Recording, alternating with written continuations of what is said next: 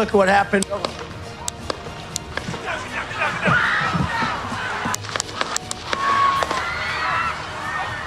Donald Trump ਉੱਤੇ ਕਾਤਲਾਨਾ ਹਮਲੇ ਮਗਰੋਂ ਇੰਜ ਲੱਗਦਾ ਏ ਜਿਵੇਂ ਸੁਪਰ ਪਾਵਰ ਦੀ ਸਿਆਸਤ ਪਾਕਿਸਤਾਨ ਦੇ ਸਿਆਸੀ ਹਾਲਾਤਾਂ ਦਾ ਪਰਛਾਵਾਂ ਹੋਵੇ।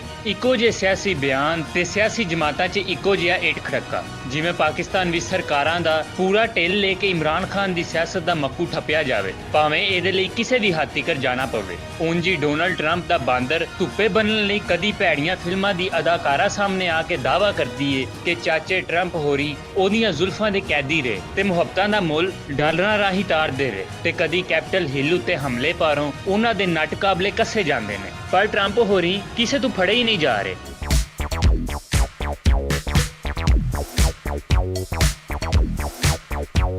ਹੁਣ ਉਹਨਾਂ ਉੱਤੇ ਵੀ ਕਪਤਾਨ ਵਾਂਗੂ ਕਾਤਲਾਨਾ ਹਮਲਾ ਹੋਇਆ, ਪਰ ਉਹ ਵੀ ਬਚ ਗਏ। ਗੋਲੀ ਕੰਨ ਨੂੰ ਫਟਰ ਕਰਕੇ ਨਿਕਲ ਗਈ।